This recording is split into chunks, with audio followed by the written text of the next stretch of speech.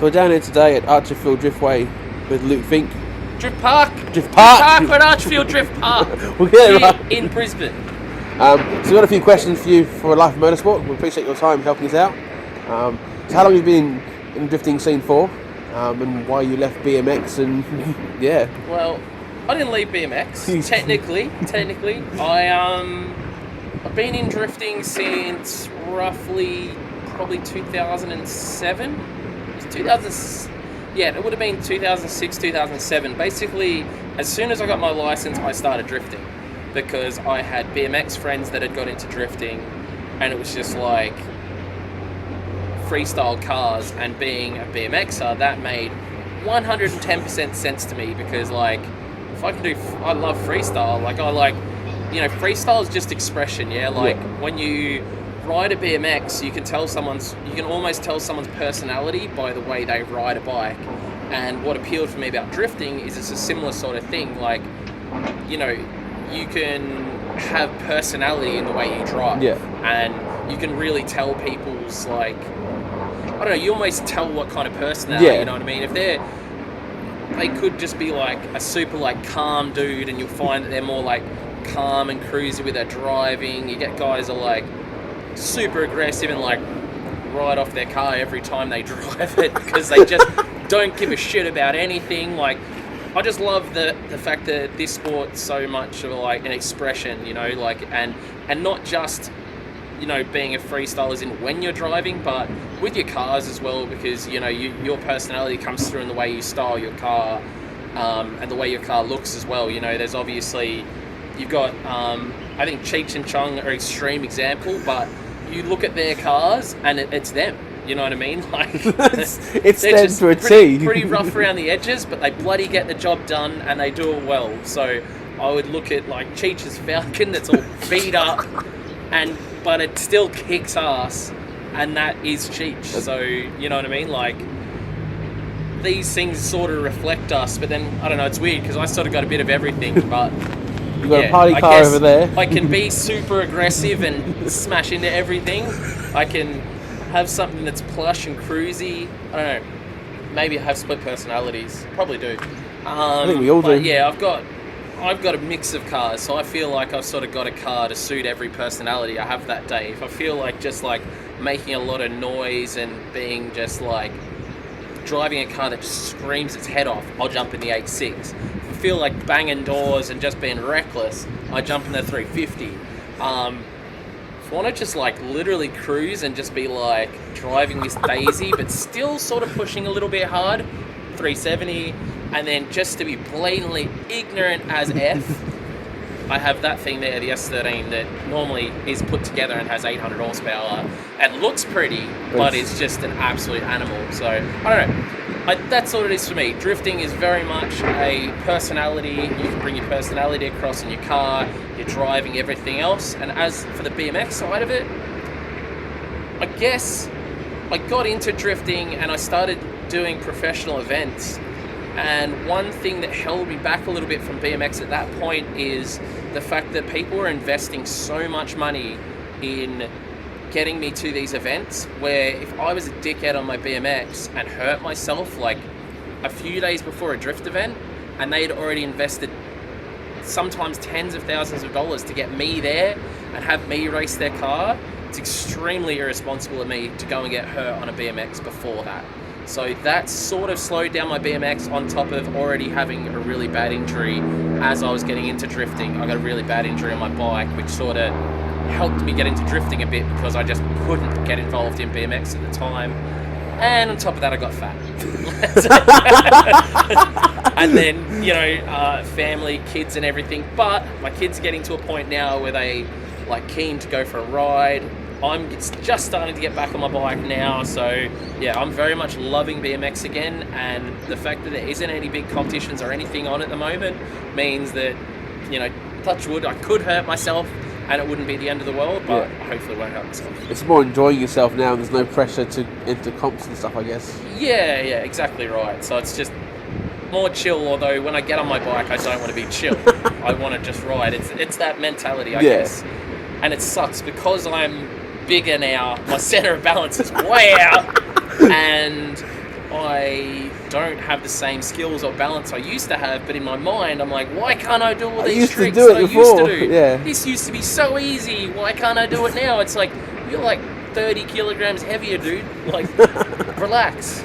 So, yeah, and I'm like 37. I'm old. Yeah. Not that old, though. Sorry, Corona.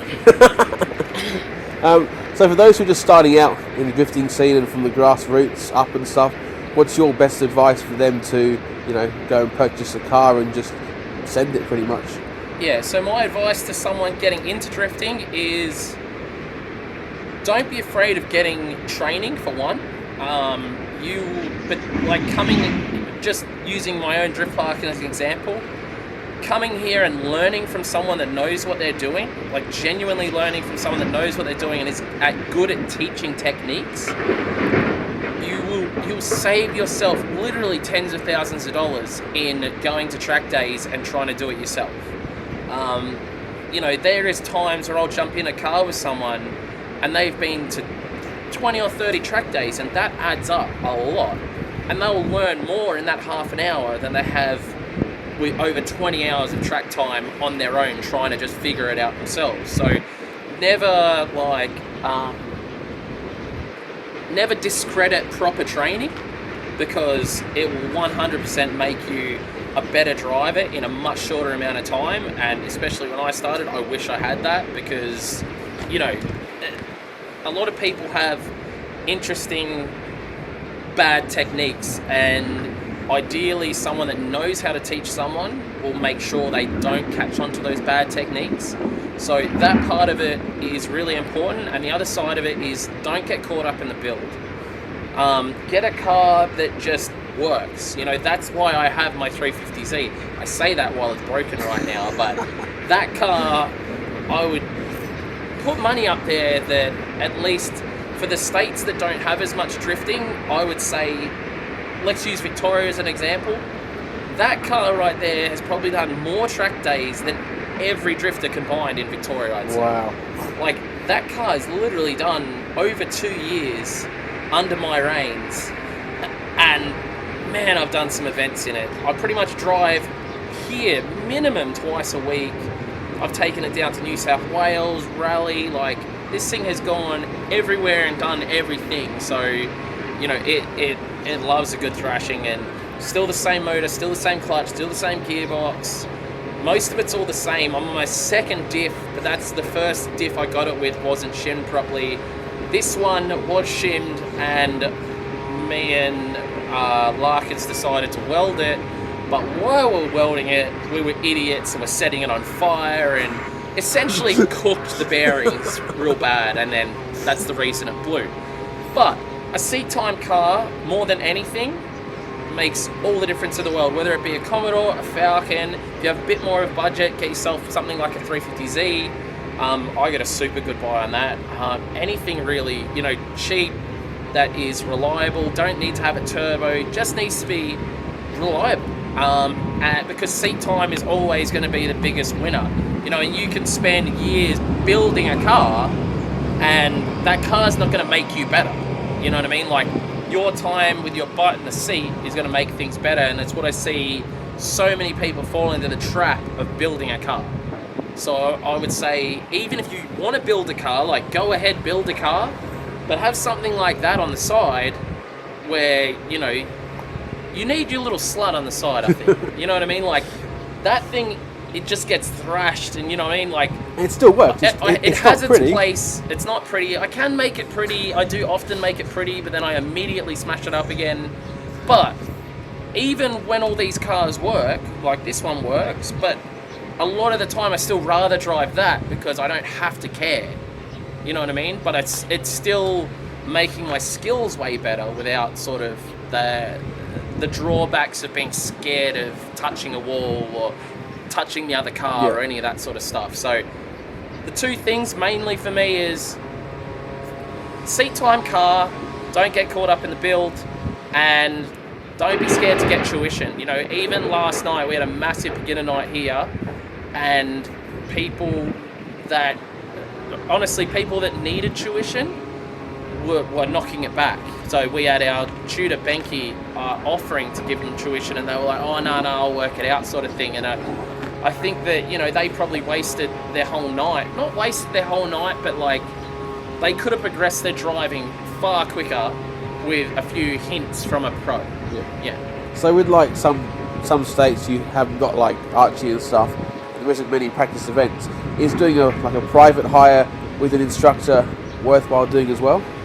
Yeah, even private hires with an instructor.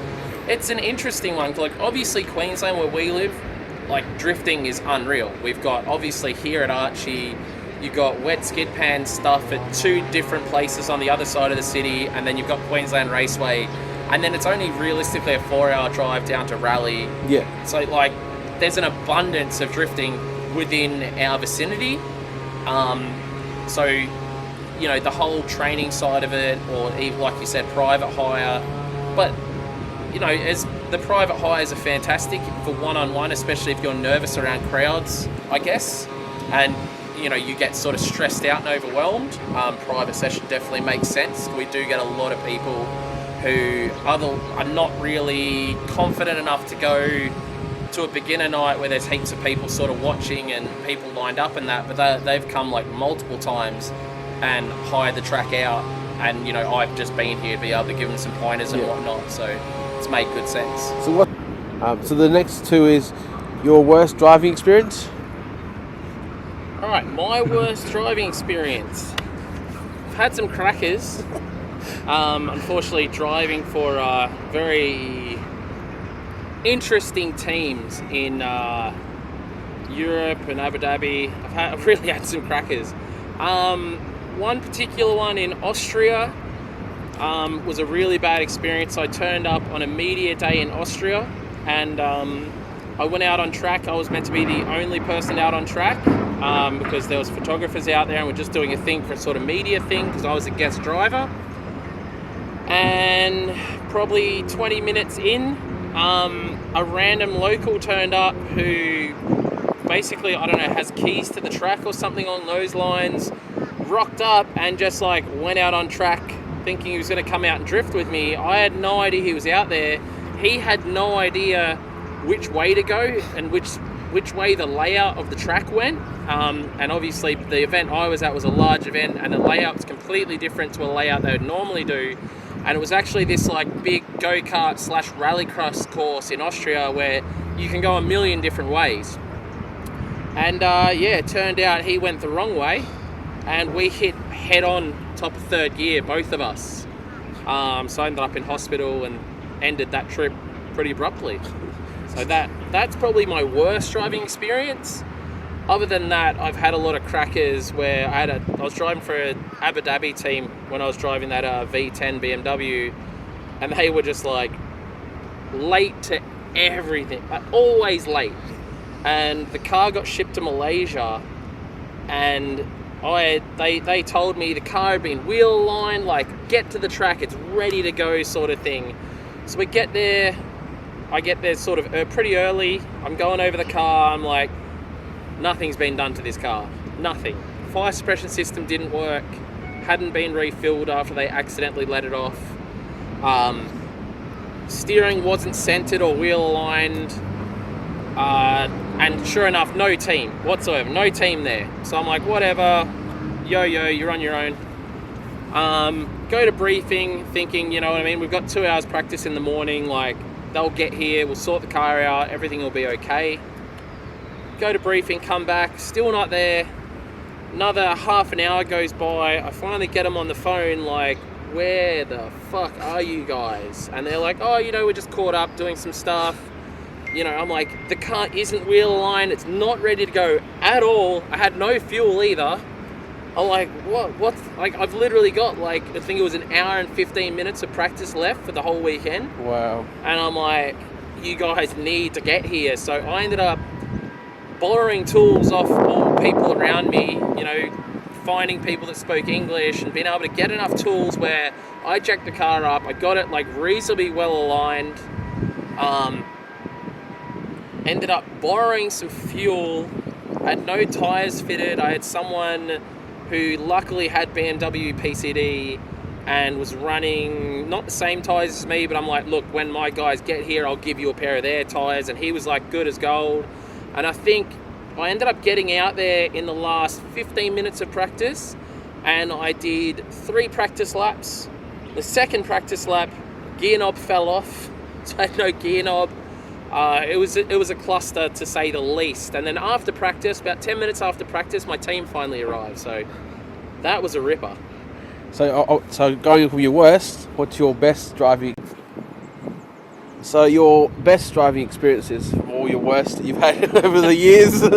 Best driving experience, ironically, probably was. I would say 2 spring to mind pretty well. Unfortunately enough, was in that V10 BMW, but driving Yas Marina in Abu Dhabi was just like driving a car that sounded like an F1 car on a full-blown F1 circuit, and huge grandstands where the noise just echoed in on you, and it was just a phenomenal experience. Like the track over in Abu Dhabi, like you see photos and videos of this place, it's just unbelievable. And to be able to drive that track in absolute, I thrashed on that track. Like it was so fun. Didn't get a bunch of laps, but it was just a super sick feeling. And on top of that was probably driving the low brain car in, it was supposedly we had permission to do it, but I don't think we had any permission, but we're actually driving in an old Soviet military base. Wow. And we made a video called From Russia with Love or something along those lines, which was a really cool video that the guys put together, and I got to drift around this place that was just crazy. We spent a whole day there shooting video and stuff, and I'm fairly sure if we got caught there, we probably would have got shot. I highly doubt we have permission. So yeah, that was pretty sick though. It was just super fun to take a full comp car out and thrash it in a military base. Was nuts. So what are your plans for drifting, obviously with COVID this year and going forward into the future? My plans with drifting this year are completely unplannable. Even Queensland, we were looking fantastic up until this morning, when apparently some moron from Victoria has come up here via Sydney, potentially infected thousands of people by going to shopping centres and everything else. Honestly, in a week's time, we could be shut down in Queensland. So future right now is super, super, super uncertain. The way this year was going was fantastic. I'd been to 1 round of D1NZ. I had planned to go to more rounds of D1NZ. We've got a team over there now who's absolutely phenomenal. Best team I've ever driven for, McManaway Racing. And we had a clothing sponsor jump on board, Cartel Clothing. And just everything was looking really good for D1NZ, and then boom, COVID. Ruined everything. I had a trip to Malaysia to go an event I was meant to go to. I had a Japan competition trip. All this stuff for this year, just down the drain. Could be worse though. I'm healthy, my kids are healthy, we still have our businesses. We're open again now for who knows how long because of COVID. And I guess next year, I would love to make a bunch of plans, but everything is so up in the air. But definitely a USA Drift Week. As soon as the borders open, I'm gone. There'll definitely be a US Drift Week. I'm going to miss out on the one in November, I think, because it's extremely doubtful that our borders will be open. And I can't really afford to be stuck in a hotel room for 2 weeks being a daily vlogger. So that doesn't really make any sense. There's only so many vlogs people would watch of me going insane in a hotel room. So, yeah, everything is... Normally, I would have a great story for you, but just like anybody else, it's impossible to plan anything at the moment. So obviously we didn't have DCA this year. Is the plans to try and redo it again next year, hopefully? Yes, the plan is to go hard next year on DCA, but again, it really comes down to what happens. And as much as I'd love to say, come January next year, we'll all be back to normal, it's so difficult with all these things. What's going on down in Victoria now is just thousands of new cases in the last couple of weeks. it's going through Sydney and stuff. Who says it's not going to come up here? My fingers are crossed to like, let's get into next year. Let's like write off 2020, like 2021. Let's hit it hard. If we can, absolutely. We're going to have a full series. There's changes coming in the series as well as far as tyre rules go. We're actually upping the tyre sizes that people can run, which will make a lot of people happy. And just making some good positive changes. We did have 1 or 2 new tracks on the for the season, but one of them is very much up in the air at the moment. So we were going to be the first ever competition on Pheasantwood Circuit, but yeah, unfortunately that's not going to happen now. So yeah, it's hard to ask questions about the future. I know it is, because we just don't bloody know.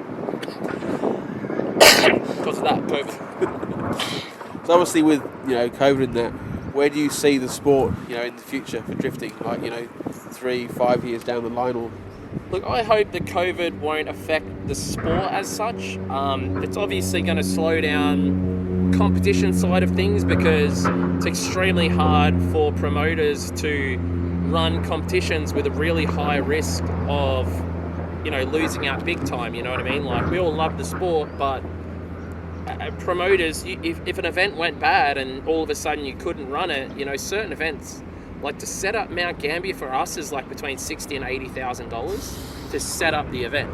So if we were to like set up that event, bring an international guest, do everything right, and then all of a sudden like, nope, you can't run, COVID, like, we're done. You know what I mean? That's the end of DCA. So every time we put on a big event, we're putting it on the line essentially. So that's where you really have to weigh up the risk of being shut down by this stuff. So yeah, see, it's sort of more being safe to keep your businesses viable than risk it all on the line and then possibly lose it all in 5 minutes. Exactly right. I could make an ignorant decision and be like, F COVID, like, I'm going to do it, and then like there's no DCAs ever again, or we wait it out till it's like smart to run it again.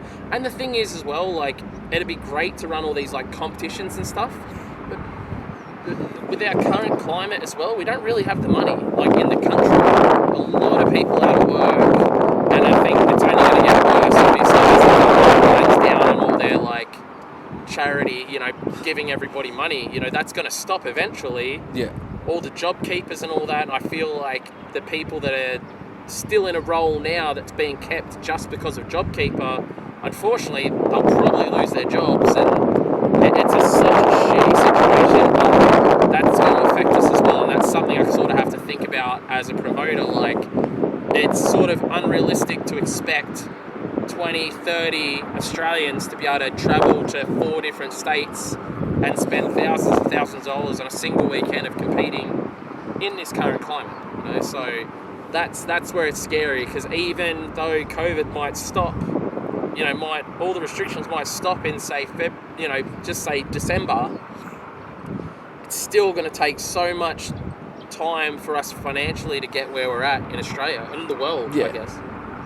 So It's deep. It's getting deep here. Yeah. So the next one is, how did Archie get started, and how did you get involved in this beautiful track that we're here today at? It's beautiful now. We went through a hard time for the... It's much more beautiful now than it was. So I actually helped out as a volunteer with Archie for probably 10 years on and off. Basically, when I didn't have like a crazy job or anything, or any time I had time. And it went through multiple... So it always had one guy that sort of ran the place from the start, but then it would be different drifting shops essentially. So Option 1 was the first shop that took on the role of sort of running the drifting here, because the guy that owned the place just knew go-karts and mini bikes. So he didn't really know about drifting, but was happy to make money off it. So he would get these shops and people that like drifting involved to basically run it for him and make some money off it, I guess. And I was working for Option 1, so I ended up coming down here. I was helping with them heaps, just volunteering my time. And then even when Option 1 stopped, I was still down here helping out. and then it went to a place called, I forget their name, it was a shop on the Gold Coast. I started helping them run the drifting here.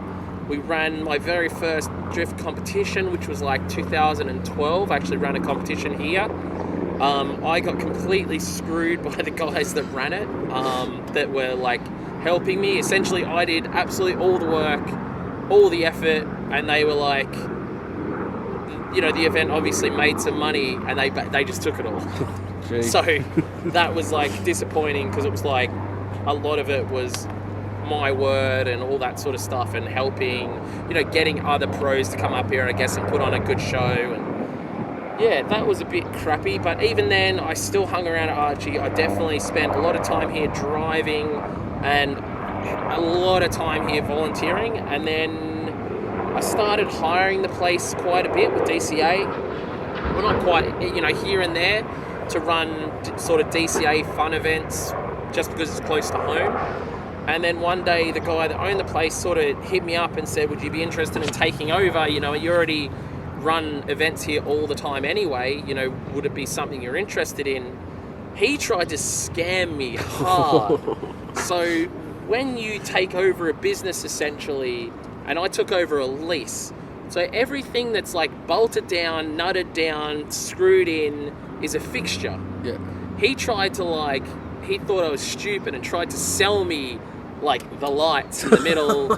He tried to sell me the grandstands, which the Speedway owns. You're right? Yeah. He tried to like sell me, and unfortunately I was duped into some of it.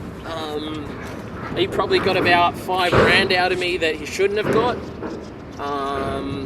And he did it all kinds of sly, didn't tell the Speedway that he was handing over the lease. All kinds of stuff happened. So honestly, for the first year here was like, man, it was tough.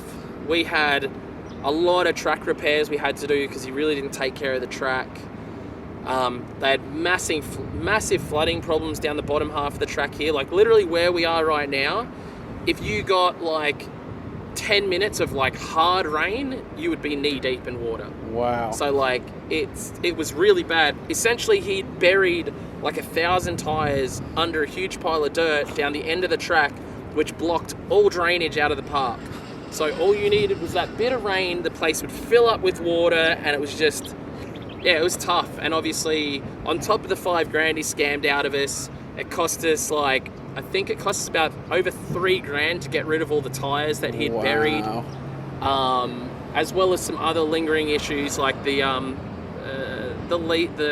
landlord wanted me to pay all the rent that he hadn't paid, which luckily he ended up not making me pay for all that rent that the other guy owed.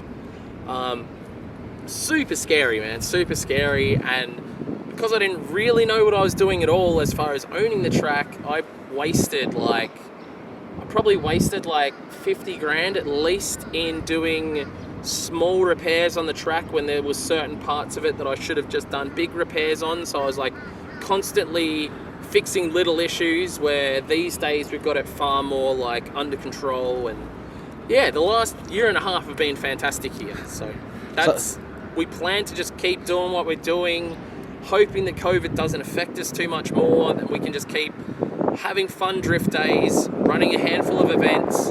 And, you know, at the end of the day, if we can keep money rolling in, it means we can keep doing cool stuff to the track, like this amazing banked corner we're sitting on at the moment, which is like a 10-degree bank. Like, there's nowhere that has anything like this in Australia. So for drifting, this is like unbelievably cool.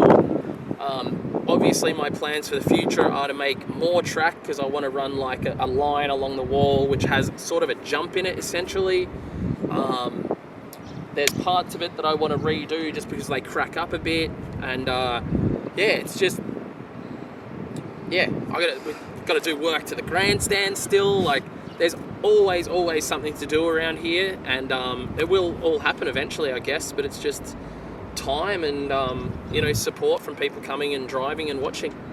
So is the new part here the biggest part you've spent money-wise to upgrade? It's definitely been the biggest single investment, because all said and done, from start to finish, it cost us about $90,000 to lay the concrete. So the building up of the ground, we had to get a crane in to move the concrete walls because we didn't want to drive like heavy forklifts on the concrete when it wasn't like 110% cured, but we could happily drift on it. So I think it was like $3,000 for a crane. Wow. Then the crane drove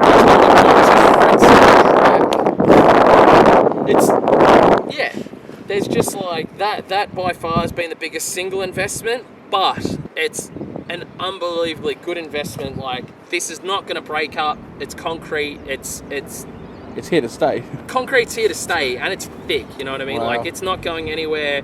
The reason it costs so much as well, we did 32 MPa, which is like super strong, like essentially what you make towers and stuff out of. Like 32 MPa concrete, insanely strong. I think the guy that was doing the cuts in the concrete, he went through like 2 blades just doing the cuts in the concrete. He said like this stuff is like, he's like, because he did the cuts just before we had the crane. Yeah. And he's like, you probably don't need the crane. And I was like, it's already booked. He's like, this stuff is like hard.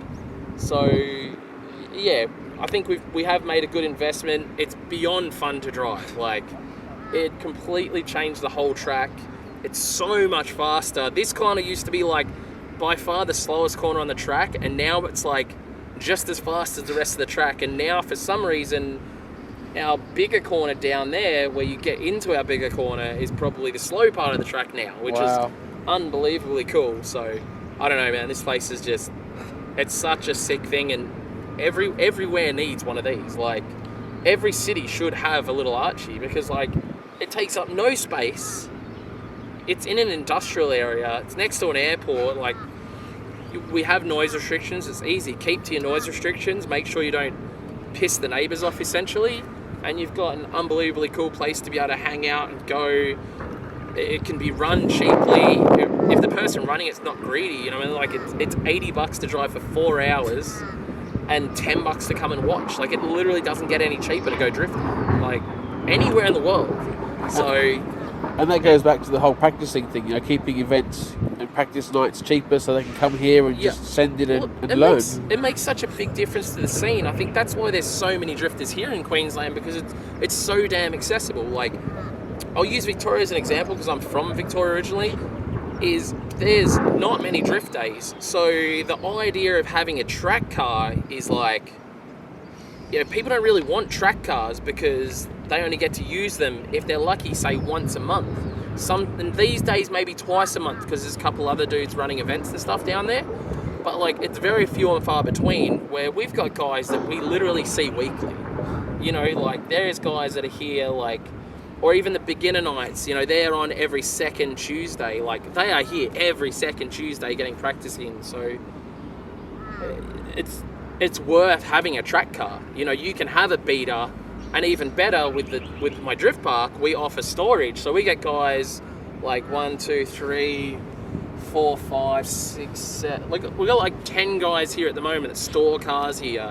They literally just rock up, go to Blackheart's tyre shop that's here at the shop, get the tyres fitted, thrash the car, put it back away, give us the keys that we put in our lockbox, and they go home. They don't have to worry about getting a trailer, loading up, any of that shit. You know, like, for a lot of people as well, if you live in a city, the idea of having not only a trailer, then you need a vehicle that's capable of towing, so you need to have like a 4-wheel drive or something decently big, and then your track car as well. Like, people just don't have that space. Like, I don't have that space at my house, and I live, you know, out of the city. Like, I don't have room for a tandem trailer in my current house. Like, I would not be able to keep the trailer. I'd have to like lock it up out the front to a power pole or something. Well, there's no power poles. I'd have to lock it to a tree.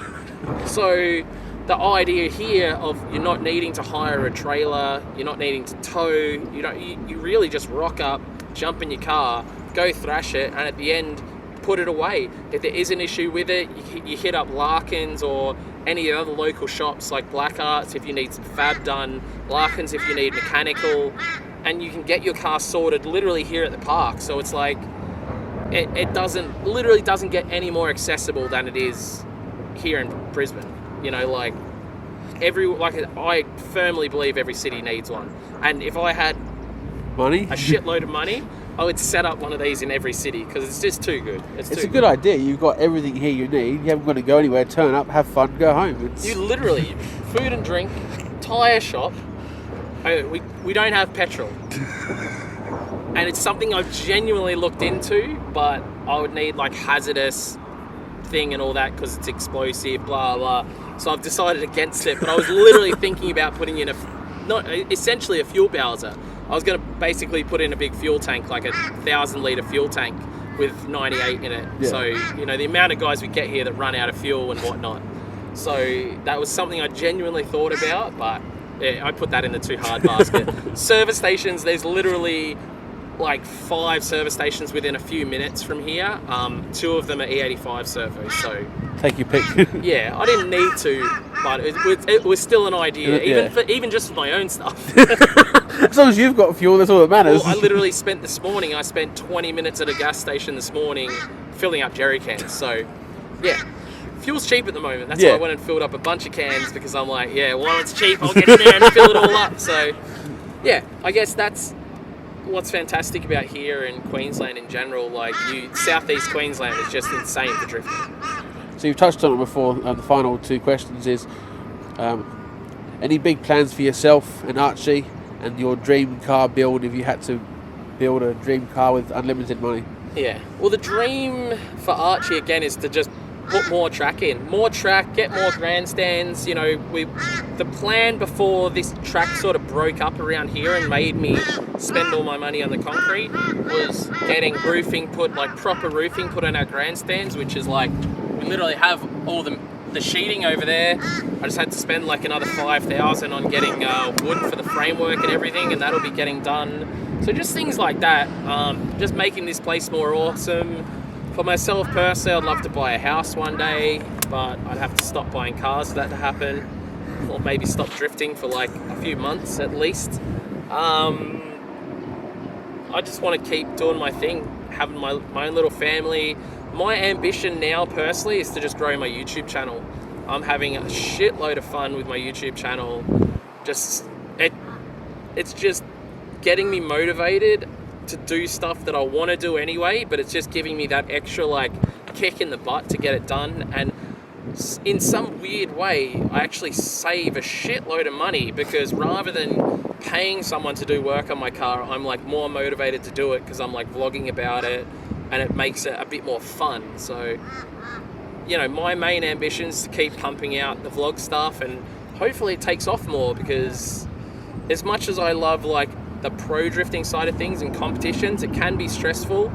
And it's also, I've had a bit of bad luck with like bad teams that just stress you out and stuff, and that side of it's not worth it if it's like stressful. I guess it's not meant to be easy, but there's stuff that's been unnecessarily stressful, and I don't love driving in competitions that much where I want to like be sad about it sort of thing. But I think for me personally, the idea of doing vlogs is I can just go drifting. It doesn't matter what kind of drifting. A lot of the people that watch the vlogs are just super stoked to see, any stuff I'm doing drifting, whether it be competition or just having fun with everybody and, tandeming with my wife and beating her up while drifting. It's so fun. There's no downside to the vlogging, other than, being up at sometimes 2 o'clock in the morning editing a video. But I really enjoy that side of it, and if you're watching this, go subscribe. I was going to say, for those who absolutely go subscribe. I was going to say, for those who haven't seen you before, where can they find you and how they can support you and the track? And so I have merch available right here. You've got someone. I've got someone too, yeah. LukeFink.com to grab merch. But yeah, check out my YouTube channel. Just look up my name, Luke Fink, on YouTube. The channel will pop up. I literally drop videos every single day. I put quite a bit of content up there, so yeah, some videos are kind of long. I don't know whether people like them long or not. So a lot of people do, but a lot of people don't. So yeah, it's just fun, and like I said, I enjoy doing it. I think that you'll be able to confirm that. I don't know if I put it across in the videos of how much of a rad time I'm having, but like it definitely comes across. You watch them and you can tell you're having an amazing time, whether you're drifting, four-wheel driving, taking the kids out. Yeah. You've got a whole range of covers everything: family content, drifting, forward driving, where you guys just go Run amok. absolutely mental. Yeah. Putting it nicely. Yeah, that's it. And I just have fun getting in vehicles, I guess. Like, yeah. And there's actually going to be some more four-wheel drive content coming up soon. There might be a new car joining the channel, so probably by the time you guys see this, hopefully I'll have it. So yeah, stay tuned Fingers for crossed. his YouTube, and you'll find out what Yeah. he might have purchased. That one will be silly. Oh no! Could very well end up upside down. So it'll be good.